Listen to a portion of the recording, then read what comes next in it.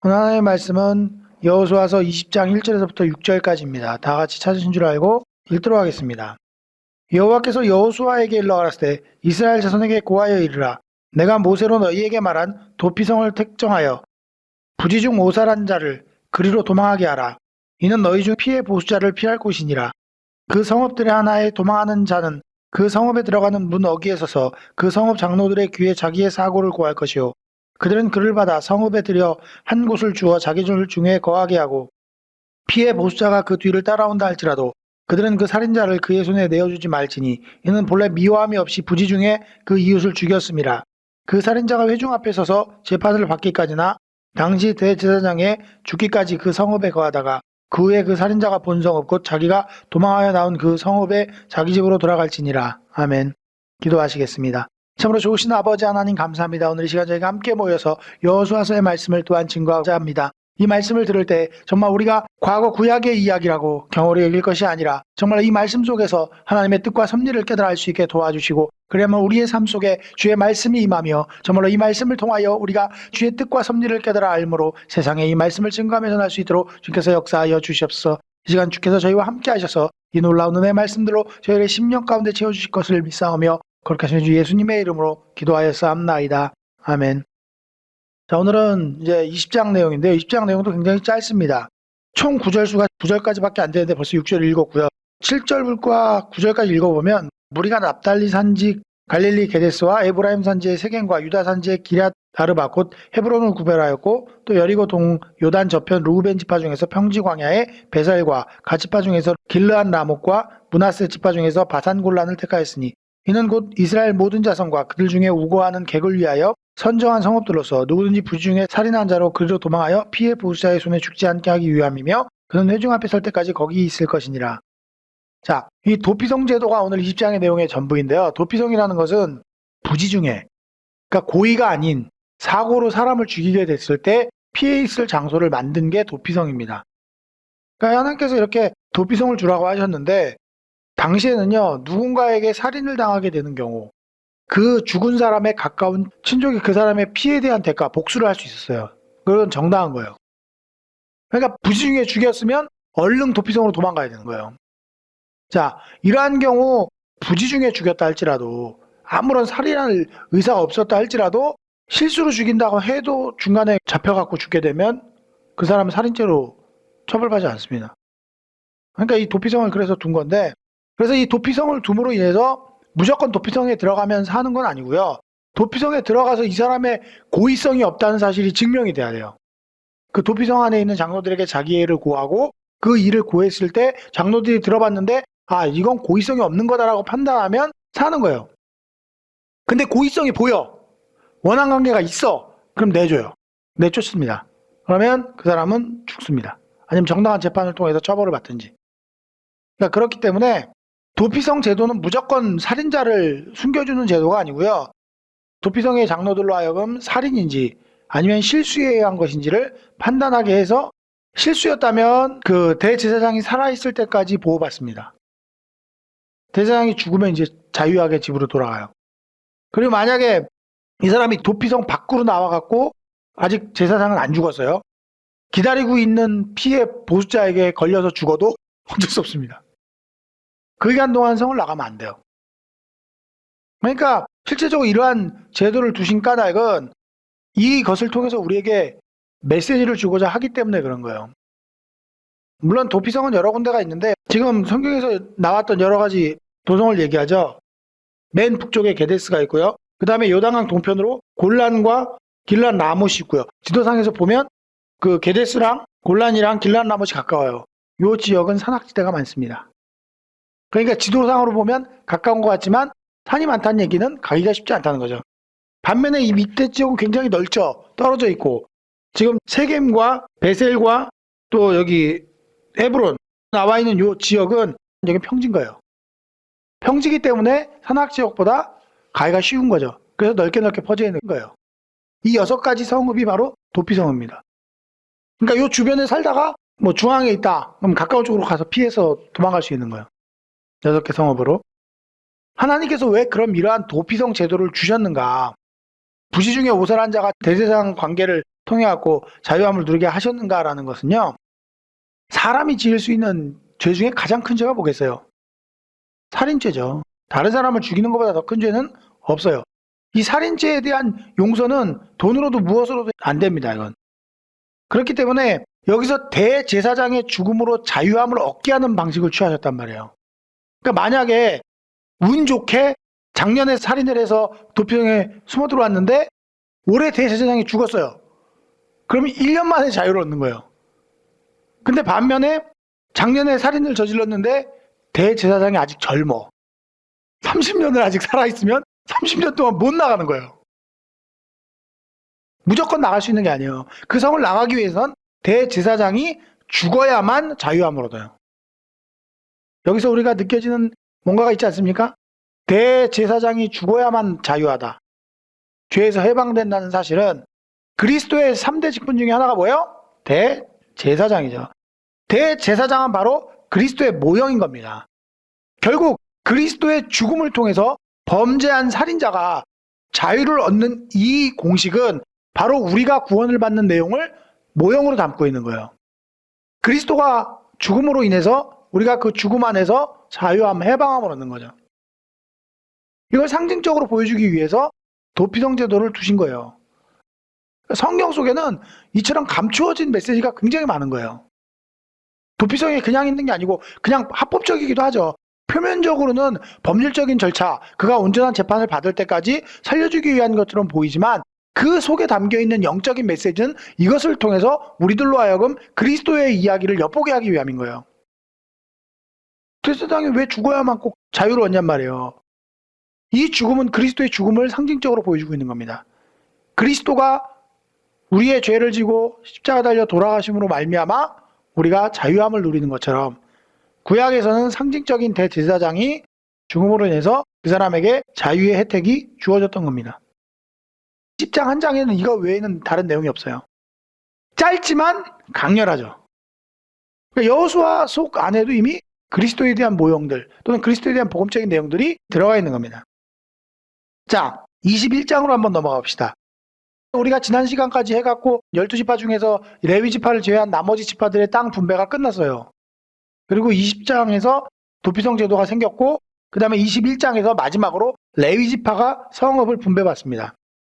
보시면 때 레위 사람의 족장들이 제사장 엘르아살과 눈의 아들 여호수아와 이스라엘 자손 지파 족장들에게 나와 가나안 땅 실로에서 그들에게 말하여 가로되 여호와께서 모세로 명하사 우리의 거할 성읍과 우리의 가축 먹일 그 들을 우리에게 주라 하셨나이다 하매 이스라엘 자손이 여호와의 명을 따라 자기의 기업에서 이 아래 성읍들과 그 들을 레위 사람에게 주니라.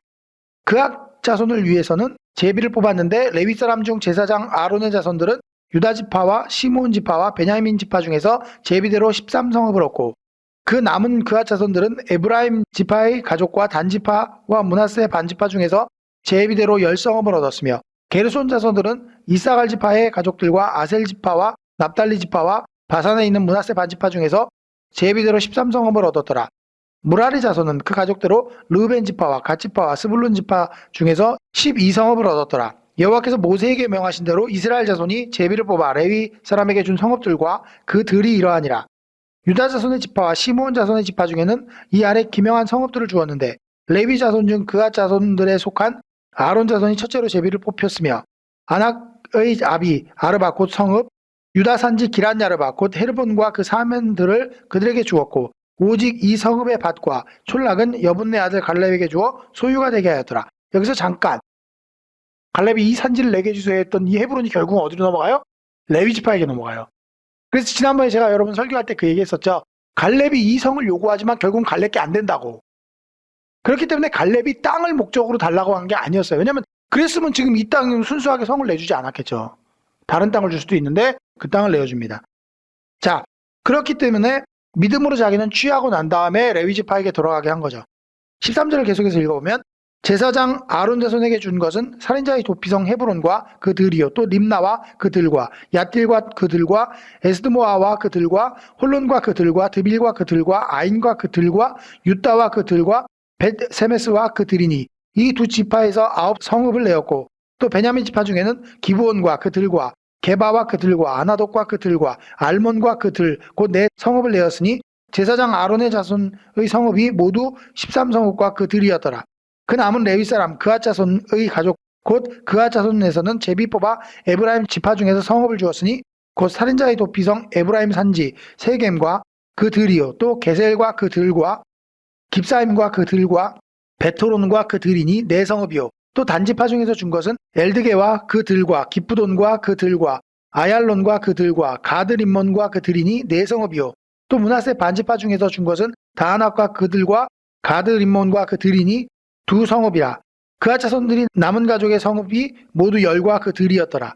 레위 가족의 게르손 자손에게는 므낫세 반지파 중에서 살인자의 도피성 바산 골란과 그 들을 주었고 또 부에스드라와 그 들을 주었으니 두 성읍이요 이사갈 지파 중에는 기사온과 그 들과 다브랏과 그 들과 야르묵과 그 들과 언간님과 그 들을 주었으니 네 성읍이요 아셀 지파 중에서는 미살과 그 들과 압돈과 그 들과 헬각과 그 들과 르옥과 그 들을 주었으니 네 성읍이요 납달리 지파 중에서는 살인자의 도피성 갈릴리 게데스와 그 들을 주었고 또 함못 돌과 그들과 가르단과 그 들을 주었으니 세 성읍들이라. 게르손 사람이 그 가족대로 얻은 성읍이 모두 13성읍과 그 들이었더라. 그 남은 레위 사람 무라리 자손 가족들에게 준 것은 스불론 지파 중에서 용르암과 그 들과 가르다와 그 들과 딥나와 그 들과 나할랄과 그 들이요 네 성읍이요 루벤 지파 중에서 준 것은 베셀과 그 들과 야하스와 그 들과 그데목과 그 들과 무바악과 그 들이니 네 성읍이요 갓지파 중에서 준 것은 살인자의 도피성 길르앗 라못과 그 들이요 또 마하나임과 그 들과 헤스본과 그 들과 야셀과 그 들이니 모두 네 성읍이라. 이는 레위 가족의 남은 자 곧 무라리의 자손 그 가족대로 얻은 성읍이니 그 제비 뽑아 얻은 성읍이 20성읍이었더라. 레위 사람의 이스라엘 자손의 기업 중에서 얻은 성읍이 모두 48성읍이요 또 그 들이라. 각 성읍에 사면에 들이 있었고 모든 성읍이 다 그러하였더라. 자, 지금 여기에 나와 있는 이 장면들은요, 11개 지파에서 분배받은 레위 지파의 성과 들입니다. 이 들을 주는 이유는 양이나 염소를 기르기 때문에 거기서 목축을 해야 하기 때문에 들을 준 거예요. 그 성에 딸린 들을. 그런데 지금 여러분 막 이렇게 쭉 길게 읽었지만 이해가 안 가죠? 간단하게 정리해 드릴게요. 레위에게는 3명의 아들이 있었어요. 첫 번째는 게르손, 두 번째는 고앗, 세 번째는 무라리. 근데 하나님은 장자를 별로 안 좋아하셔. 성경에 보면 아브라함도 차자였고 야곱도 차자였고 게르손은 2명의 자손을 둡니다. 림니와 시므이라는. 근데 이 뒤로는 기록되지 않아요. 왜냐하면 별로 그렇게 큰 역할을 하지 않습니다. 그러면 둘째 아들이었던 고앗, 둘째 아들은 레위의 둘째 아들이었던 고앗에게서 자손들이 나오는데 여기가 이제 번성을 해요. 4명의 자식을 둡니다. 첫째가 아므람, 둘째가 이스알, 셋째가 헤브론, 넷째가 우시엘입니다. 그리고 셋째 아들인 무라리는 또 2명의 아들을 두는데 마흘리와 무시를 둬요. 근데 첫째와 셋째는 별로 중요하지 않는 인물로 물론 땅은 분배받지만 대부분 이제 제사장 직분을 감당하는 게 고앗 자손이에요. 고앗 자손 중에는 아까 얘기했죠. 아므람과 이스알과 헤스본과 우시엘이라는 4아들이 있었다고. 이 4아들 중에서 첫째 아들인 아므람의 첫 번째 아들이 아론이에요. 그러니까 레위로부터 아들의 아들의 아들이죠. 그럼 뭐예요? 증손이 되는 거죠. 레위의 증손이 바로 아론이에요. 그러니까 이 아론의 자식이 엘라살과 이다말이죠. 원래 아답과 나비오가 있는데 아답과 나비오는 죽죠. 그래서 엘라살과 이다말이 나와요. 그래서 나중에 엘라살이 제사장을 넘겨받습니다. 이렇게 내려가는 거예요. 그러니까 이 고앗 자손들이 대부분의 종의 일을 합니다. 둘째 아들이었던 이스알에게는 고라와 레벡과 시그리가 있는데 고라가 아론 지파에게 반기를 들어갔고 애굽으로 돌아가자 그러다가 하나님이 땅이 열려갖고 땅속에 생매장 당하잖아요. 그 고라가 이스라엘의 자손이에요. 그 사촌간인 거죠. 아론하고. 그리고 헤브론은 자식이 없습니다. 셋째는. 넷째 우시에게는 미사엘, 엘사반, 시드리가 있습니다. 그러면서 실제로는 이 레위 지파가 아므람에게는 아론과 모세가 있어요. 형제잖아요. 여러분 알다시피. 그러니까 모세에게서는 또 제사장이 안 넘어가요. 그러니까 아론 지파에게 제사장의 가문이 이어져 갑니다. 자, 그런데 우리가 이제 이 레위인이 이러한 성읍을 달라고 해서 그 레위 지파에게 이렇게 이제 와서 분배가 되는데 왜 그러냐면 11개 지파가 이미 땅을 받지 않았기 때문에 그동안에는 땅을 요구할 수 없었던 거예요. 왜냐하면 11개 지파의 땅이 분배가 돼야 비로소 레위 지파도 그 가운데 분배받은 땅에서 성을 달라고 할 수가 있기 때문에 지금까지 레위 지파는 땅을 분배받고 있지 못했던 거예요. 이제 11개 지파의 땅 분배가 끝나고 나니까 이제 와서 자신들의 땅을 달라고 요구를 했고 그 뒤에 이렇게 분배를 받게 하신 거죠. 그런데 레위인들은 11개 지파에 다 나누어져 있어요. 왜냐하면 11개 지파의 지역에서 성을 분배받아갖고 살았으니까 하나님의 섭리가 있는 거예요. 레위 지파가 할 일들은 이스라엘 백성들 주변에 흩어져 살면서 그들의 종교와 교육을 담당하도록 만드신 거예요. 레위 지파를 통해서. 교육이 굉장히 중요한 문제죠. 같은 언어와 같은 전통과 같은 문화를 갖기 위해서는 종교와 교육을 담당할 존재들이 필요했던 거죠. 그 역할을 하는 게 바로 레위 지파 사람들이었던 거예요. 왜냐하면 같은 조상을 두고 있어도 갈라진단 말입니다. 세월이 흐르면. 그걸 방지할 수 있는 것은 같은 문화, 같은 글, 같은 언어. 이게 방지하는 거예요. 근데 나중에 시간이 흐르면 어떻게 돼요? 다윗, 르호보암 시대 되면서 나라가 갈리잖아요. 같은 민족인데도 불구하고 정치적인 성향을 따라서. 그렇기 때문에 신앙 중심이 되면 나라가 갈릴 이유가 없죠. 종교나 문화나 이런 것이 같으면 갈릴 이유가 없는데. 그래서 하나님은 레위 지파 백성들을 흩어져 살게 함으로 인해서 그들의 교육과 그들의 신앙을 담당하고자 했던 겁니다. 그 중에서 보면 이 아론 자손 지파가요 13성읍을 받습니다. 레위 자손 중에서 고핫 자손이 그 중에서 10성읍을 받습니다.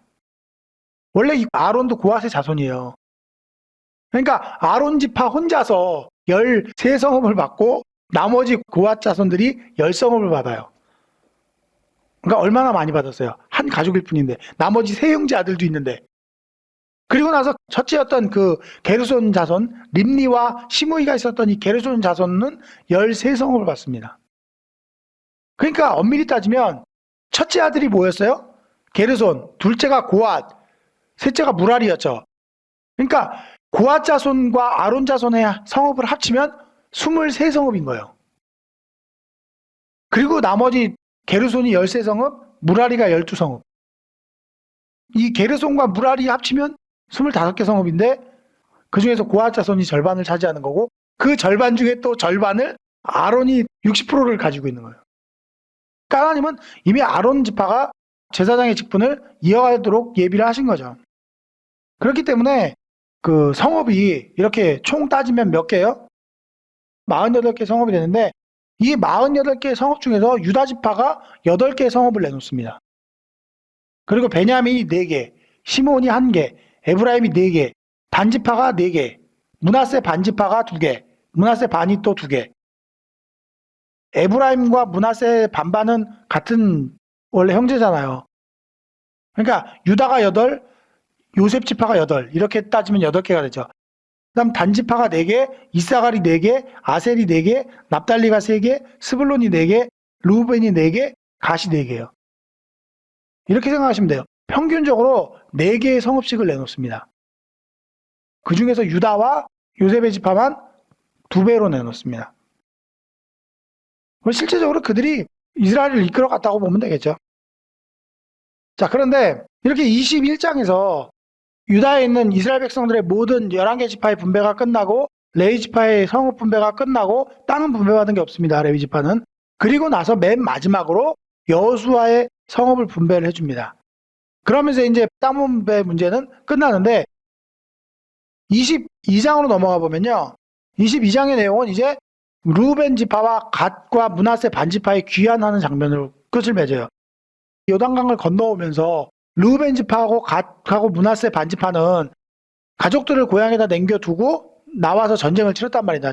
그리고 나서 이제 전쟁이 완전히 끝났기 때문에 끝난 이후 자기 고향으로 돌아가는 거예요. 22장을 보시면 그때 여호수아가 르우벤 사람과 갓 사람과 므낫세 반지파를 불러서 그들에게 이르되 여호와의 종 모세가 너희에게 명한 것을 너희가 다 지키며 또 내가 너희에게 명한 모든 일에 내 말을 너희가 청종하여 오늘날까지 날이 오래도록 너희가 형제를 떠나지 아니하고 오직 너희 하나님 여호와의 명하신 그 책임을 지키도다.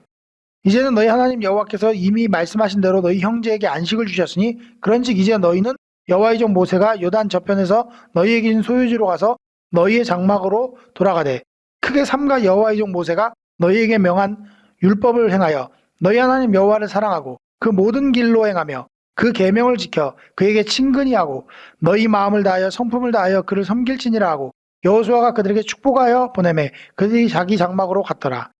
자, 장막으로 가는 것까지는 좋은데 가다가 이제 문제가 발생합니다. 이 르우벤과 갓지파, 므낫세 지파들이 자기 땅을 떠나 있었던 기간이요 7년 정도가 됩니다. 그리고 이때 출전한 이 인원은 약 4만 명이 됩니다. 4만 명이 이렇게 오랫동안 남북전쟁을 치르도록 고향 땅에 들어가지 못하고 있었어요. 왜냐하면 이들이 먼저 계약을 한 거기 때문에 그렇습니다. 우리에게 이 요당 돈편을 주시면 우리가 먼저 앞서서 싸우겠습니다라고 약속을 했기 때문에 그들이 7년 동안 이렇게 집을 떠나서 전쟁을 치렀던 거죠. 그리고 5절에 보면 여호수아가 두 지파를 이제 돌려보내면서 오직 신앙생활에 열심을 내라고 당부를 하죠. 이거는 여호수아뿐만이 아니라 모세가 살아있을 때도 이스라엘 백성들에게 늘 당부하던 내용이에요. 신앙 우선주의로 살아라. 왜냐하면 사람은 환경이나 물질의 영향을 받는 것이 맞습니다. 많은 영향을 차지하죠. 물질도, 환경도. 그러나 우리를 생존하게 만드는 것은 물질이 아닌 거예요. 결국 우리의 생명은 하나님을 향한 신실한 마음에 달려있기 때문에 이미 이스라엘 백성들은 40년 동안 광야에서 이끌림을 당하면서 오직 그들이 살고 죽는 것은 물질의 많고 적음이 아니라 여호와 하나님께 달렸다는 사실을 깨달았기 때문에 그것에 대해서 그렇게 당부를 하는 거예요. 그런데 정말 문제는 그 여호와의 역사를 체험한 세대들은 신앙생활을 잘해요.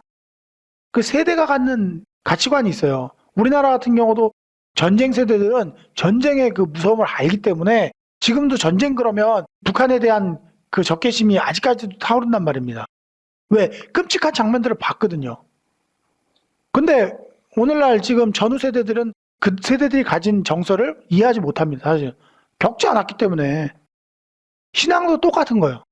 신앙도 이스라엘 백성들이 하나님의 역사와 모든 기적들을 체험한 세대는 신앙을 잘 지켜요. 근데 그 다음 세대까지 신앙이 가냔 말이에요. 이 얘기를 왜 하느냐? 여러분들에게는 개개인적으로 하나님 은혜가 임해서 여러분에게 신앙이 잘 들어갔지만 여러분 자녀에게 신앙을 넘겨주는 일은 쉽지 않은 일인 거예요. 보기보다 어려운 일입니다. 그러니까 실제로 여러분 세대에는 하나님을 잘 섬기고 믿음 안에 잘 산다라고 했지만 다음 세대가 됐을 때 과연 그들도 신앙을 선택할 것이냐?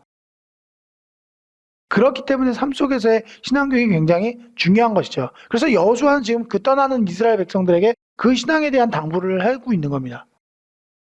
그런데 문제는 이들이 돌아가면서 문제가 생겨요. 7절에 보면 므낫세 반지파에게는 모세가 바산에서 기업을 주었고 기타 반지파에게는 여호수아가 요단 이편 서편에서 그 형제 중에서 기업을 준지라. 여호수아가 그들을 장막으로 돌려보낼 때에 그들에게 축복하여 일러가로되 너희는 많은 재산과 심히 많은 가축과 은금 동철과 심히 많은 의복을 가지고 너희 장막으로 돌아가서 너희 대적에게 탈취한 것을 너희 형제들에게 나눌지니라 하매. 자, 이게 뭐냐면요, 가나안 땅을 정복하면서 전리품이 있었을 거 아닙니까? 그때마다 전리품을 모아뒀어요. 근데 여호수아는 돌아가서 전쟁에 참석하지 않은 형제들에게 전리품을 나눠주라고 얘기합니다. 지금 보면은 나는 목숨 걸고 싸웠는데 그래서 얻은 전리품인데 가정을 지킨, 가정에서 나오지 않은 형제들에게 이 전리품을 나눠줄 의무가 있어요? 없어 보이죠. 근데 유대는 공동체 사회이기 때문에 이스라엘 백성들은 전쟁에 참여하지 않은 형제일지라도 분배를 하는 것이 원칙이었습니다. 그랬기 때문에 가서 분배를 하라고 한 것이고, 또 이 전리품을 나누는 행위는 한 공동체 안에서 공동체 의식을 높이는 방편이기도 했던 겁니다. 그렇잖아요. 안 받는 사람들은 불평이 또 생겨날 것이고. 그러니까 결국은 이러한 문제들 때문에 분배하라고 얘기를 하죠. 자, 그런데 이들이 가면서 르우벤 자손과 갓 자손과 므낫세 반지파가 가나안 땅 실로에서 이스라엘 자손을 떠나 여호와께서 모세에 명하신 대로 얻은 땅 곧 그 소유의 지 길르앗으로 가니라. 르우벤 자손과 므낫세 반지파가 가나안 땅 요단 언덕가에 이르자 거기서 요단가에 단을 쌓았는데 볼만한 큰 단이었더라. 이스라엘 자손이 들은즉 이르기를 르우벤 자손과 갓 자손과 므낫세 반지파가 가나안 땅의 맨 앞 요단 언덕가 이스라엘 자손에게 속한 편에 단을 쌓았다 하는지라. 이스라엘 자손이 이를 듣자 곧 이스라엘 자손 온 회중이 실로에 모여서 그들과 싸우러 가려 하니라. 이스라엘 자손이 제사장 엘르아살의 아들 비느하스를 길르앗 땅으로 보내어 르우벤 자손과 갓 자손과 므낫세 반지파를 보게 하되 이스라엘 각 지파에서 한 방백씩 10방백을 그들과 함께하니 그들이 각 이스라엘의 1000만인 중 족속의 두령이라. 그들이 길르앗 땅에 이르러 르우벤 자손과 갓 자손과 므낫세 반지파에게 나아가서 그들에게 말하여 가로되 여호와의 온 회중이 말하기를 너희가 어찌하여 이스라엘 하나님께 범죄하여 오늘날 여호와를 쫓는 데서 떠나서 자기를 위하여 단을 쌓아 여호와를 거역하고자 하느냐. 부올의 죄악으로 인하여 여호와의 회중에 재앙이 내렸으나 오늘날까지 우리가 그 죄에서 정결함을 얻지 못하였거늘 그 죄악이 우리에게 부족하여서 오늘날 너희가 돌이켜 여호와를 쫓지 않고자 하느냐. 너희가 오늘날 여호와를 배역하면 내일은 그가 이스라엘 온 회중에게 진노하시리라. 왜 이 두 지파는 가다가 말고 요단강가에서 단을 쌌을까요? 도대체 무슨 생각으로? 이 사람들이 고향으로 돌아가다가 이 단을 쌓은 건요, 물론 여러 가지 감에도 들었겠죠. 7년 만에 고향에 돌아가는데, 고향 아닌 새로운 고향이지만 물론 7년 만에 돌아가는데 감에도 젖었겠지만 여러 가지 걱정도 들 수 있는 거예요. 왜냐하면 이 요단강 동편에 있는 이스라엘 백성들은 중간에 뭐가 꼈어요? 강이 꼈죠. 요단강. 과거의 강은 뭐라고요? 국경선이에요. 자, 한 민족이라 할지라도 강으로 차단돼 있다 보면 서로 분리. 쉽게 말하면 오늘날에 뭐가 생길 수 있어요? 왕따가 생길 수도 있는 거예요.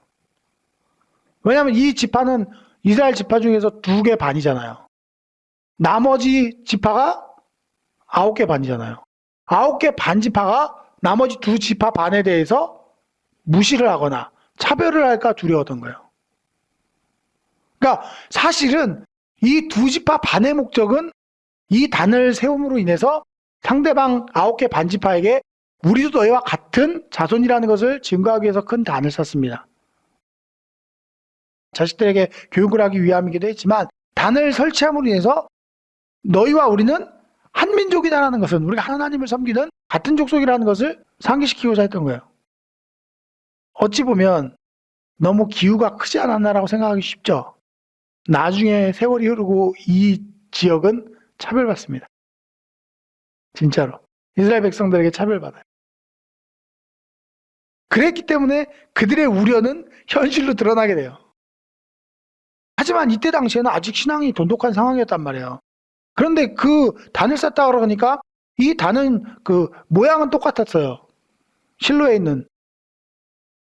모양은 똑같은데 규모가 훨씬 큽니다. 그러니까 오해한 거예요. 단을 또 세워갖고 하나님이 아닌 다른 것들한테 우상 숭배하려나 보다 이러고 오해를 불러왔기 때문에 다른 지파들 9개 반 지파가 모여갖고 처벌을 해야겠다. 그러고 간 거죠. 그래서 이제 엘라사를 보내갖고 17절에 부올의 죄악에 대해서 언급하잖아요. 부올의 죄악이라는 것은 이스라엘 백성들이 시딤에 머물 때 모압과 미디안 여인들의 유혹을 받아서 그 모압의 신인 바알을 숭배하고 범죄하던 것.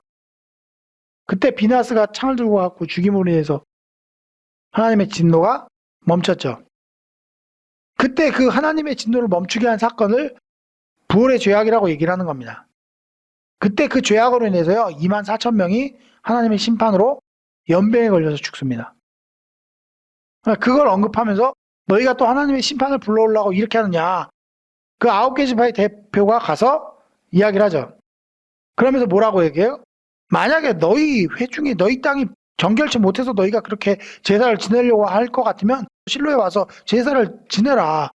이게 뭐냐라고 따지고 들죠. 그랬더니 이제 루벤 지파가 내용을 다 듣고 난 다음에 설명을 합니다. 자, 그래서 19절에 보면 그런데 너희 소유가 만일 깨끗이 아니하거든 여호와의 성막이는 여호와의 소유지로 건너와. 실로를 얘기하는 겁니다. 우리 중에서 소유를 취할 것이니 만약에 니네 땅이 정결치 않아서 그러면 우리 땅 주겠다. 아예 건너와라. 단을 쌓지 마라. 이러한 불의한 일을 행하지 말라. 폐역하지 말라. 이러고 얘기하니까 또 이제 세라의 아들 아간의 예를 들면서 얘기를 하죠. 세라의 아들 아간이 바친 물건에 대하여 범죄함으로 이스라엘 회중의 진노가 임하지 아니하였느냐. 그 죄악으로 망한 자가 그 사람뿐이 아니었느니라. 그랬더니 이제 르우벤 자손과 갓 자손과 므낫세 반 지파가 이제 변명을 하죠. 다 들어주고 난 다음에 이제 얘기를 합니다. 22절에 전능하신 자 하나님 여호와께서 아시나니 이스라엘도 장차 알리라. 이 일이 만일 여호와께 패역함이거나 범죄함이거든 주는 오늘날 우리를 구원하지 마옵소서. 우리가 단을 쌓은 것은 돌이켜 여호와를 쫓지 아니하려 함이거나 혹시 그 위에 번제나 소제를 드리려 함이거나 혹시 화목제물을 드리려 함이거든 여호와는 친히 벌하시옵소서. 우리가 목적이 있어서 주의하고 이같이 하였노라. 곧 생각하기를 후일에 너희 자손이 우리 자손에게 말하여 이르기를 너희가 이스라엘 하나님과 여호와와 무슨 상관이 있느냐. 너희 루벤 자손 갓 자손아 여호와께서 우리와 너희 사이에 요단으로 경계를 삼으셨나니 너희는 여호와께 분의가 없느니라 하여 너희 자손이 우리 자손으로 여호와 경외하기를 그치게 할까 하여 우리가 말하기를 우리가 이제 한 단상기를 예비하자 하였노니 이는 번제를 위함도 아니요 다른 제사를 위함도 아니라 우리가 여호와 앞에서 우리 번제와 우리 다른 제사와 우리 화목제를 섬기는 것을 우리가 너희 사이와 우리 후대 사이에 증거가 되게 할 뿐으로써 너희 자손으로 후일에 우리 자손에게 이르기를 너희는 여호와께 분의가 없다 못하게 하려 함이로다. 우리가 말하거니와 만일 그들이 후일에 우리에게나 우리 후대에게 이같이 말하면 우리가 말하기를 우리 열조가 지은 여호와의 단 모형을 보라. 이는 번제를 위한 것도 아니요 다른 제사를 위한 것도 아니라 오직 우리와 너희 사이에게 증거만 되게 할 뿐이라. 우리가 번제나 소제나 다른 제사를 위하여 우리 하나님 여호와의 성막 앞에서 있는 단 외에 단을 쌓음으로 여호와께 패역하고 오늘날 여호와를 쫓음으로 떠나려 함은 결코 아니니라. 제사장 비누아스와 그와 함께한 회중의 방백 곧 이스라엘 10,000만인의 두령이 루벤 자손과 갓 자손과 므낫세 자손의 말을 듣고 좋게 여긴지라. 제사장 엘라살과 아들 비누아스가 루벤 자손과 갓 자손과 므낫세 세 자손에 이르되 우리가 오늘날 여호와께서 우리 중에 계신 줄 아노니 이는 너희가 이 죄를 여호와께 범치 아니하였음이라. 너희가 이제 이스라엘 자손을 여호와의 손에 건져내었느니라 하고 제사장 엘라살과 아들 비누아스와 방백들이 루벤 자손과 갓 자손을 떠나 길앗 땅에서 가나안으로 돌아와 이스라엘 자손에게 이르러 회보하매 그 일이 이스라엘 자손을 즐겁게 한지라. 이스라엘 자손이 하나님을 찬송하고 르벤 자손과 갓 자손의 거하는 땅에 가서 싸워 그것을 멸하자 하는 말을 다시 하지 아니하였더라. 르벤 자손과 갓 자손이 그 단을 에시라 칭하였으니 우리 사이에 이 단은 여호와께서 하나님이 되시는 증거라 함이었더라. 자, 결국은 오해에 비롯됐지만 사실은 두 지파 반은 우려에서 시작한 일이고 나머지 9개 반은 오해로 발생한 일인 겁니다.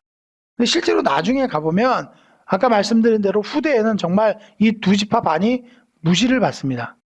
그래서 결국 이 두 지파 반이 서로 간의 오해를 풀고 마무리를 짓는 장면을 지금 보여주면서 22장의 이야기를 기록하고 있는 건데 이 이야기는 상당히 중요한 이야기죠. 왜냐하면 우리한테는 별로 중요하지 않지만 그들에게는 후손이 같은 민족이라는 사실을 증거하게 되는 굉장히 중요한 사실이었던 겁니다. 그래서 그 당시에는 이것이 굉장히 중요한 사안이었기 때문에 성경에 기록을 한 거예요. 이것을 문서로 남김으로 인해서 같은 민족이라는 사실을 길이 남기고자 했지만 실제로는 시간이 지나면서 차별이 되었습니다.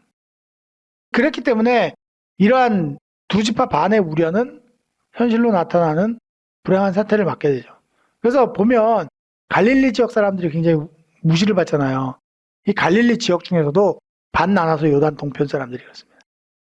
이 사람들은 또 문화적으로 주변에 팔레스타인 민족이 있기 때문에 그쪽 문화를 많이 받아들여요. 그러니까 정통 유대교식 색깔이 잘 안 나타나요. 그러니까 늘 그쪽에서는 무시를 받는 경향들이 생기죠. 문화적인 문제도 있고 이러한 지형적인 문제도 있기 때문에 이러한 문제 사이에서 여호수아 22장은 이제 땅 분배를 마치고 작은 소요 사태가 있었던 것을 이제 끝으로 모든 땅 분배의 이야기는 끝이 납니다. 그러고 나서 여호수아가 마지막 죽기 전에 고별사를 2번 합니다. 그 고별사를 하는 것을 23장과 24장의 이야기를 통해서 끝을 맺고 이 여호수아가 죽음으로 인해서 이제 사사기로 넘어가는 장면이 시작되는 겁니다. 자, 그래서 오늘은 여러분들이 20장, 21장, 22장까지의 내용을 통해서 이제 땅 분배가 마무리되고 그리고 남은 두 지파 반이 자기 땅으로 돌아가는 장면에 대해서까지 여러분에게 말씀을 드렸고요. 기도하시겠습니다. 참으로 좋으신 아버지 하나님 감사합니다. 오늘 이 시간이 귀한 내 말씀을 통하여서 도피성의 문제를 통하여 그리스도의 모형을 보게 하시며 또한 이스라엘 백성들의 모든 분배가 온전히 하나님의 뜻과 섭리대로 이루어졌음을 또한 이 말씀을 통하여 깨닫습니다. 아버지 하나님 우리 중에도 때로는 더 많이 받는 자도 있고 하나님께로 덜 받는 자도 있음을 고백합니다. 어떤 이는 넉넉한 자도 있고 또 어떤 이는 넉넉지 않은 자도 있습니다. 그러나 아버지 하나님, 하나님께서 주시는 것으로 말미암아 우리가 부유함을 누리거나 또는 비천함이나 가난함을 누릴지라도 그에게 맞는 것으로 우리에게 채우시는 하나님의 손길을 깨닫게 허락하여 주시옵소서. 그리함으로 그 모든 섭리가 하나님의 역사와 하나님의 섭리 가운데서 이루어진다는 사실을 깨닫고 우리에게 오로지 감사할 조건밖에 없다는 사실을 깨닫게 허락하여 주시옵소서. 그리함으로 이스라엘 백성들처럼 정말 하나님께서 우리에게 허락하시는 그 분복대로 우리가 믿음으로 걸어갈 수 있도록 주님께서 역사하여 주시옵소서. 이 시간 주께서 저희와 함께 해주심을 감사드리오며 거룩하신 예수님의 이름으로 기도하였사옵나이다. 아멘. 구독, 좋아요, 알림 설정 해주세요. Subscribe, like, set notifications.